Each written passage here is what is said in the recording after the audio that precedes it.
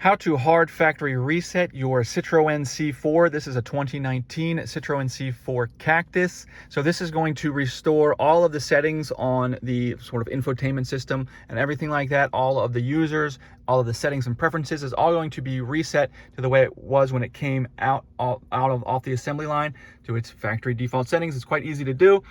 So if we don't have a screen like this up, let's say we have a screen like the climate settings, we just need to get a screen like this up. We can just hit the car icon here. Once we have a screen like this, we're going to hit the little gear shifter here. Not the gear shifter, the gear thing. And then from here, we're going to select options. From options, we're going to select system settings. And then from system settings, we're going to go to factory settings. And then from here, we're going to hit reset, and then it's going to give us a little confirmation screen. And if we hit yes here, it's going to reset everything back to the factory settings.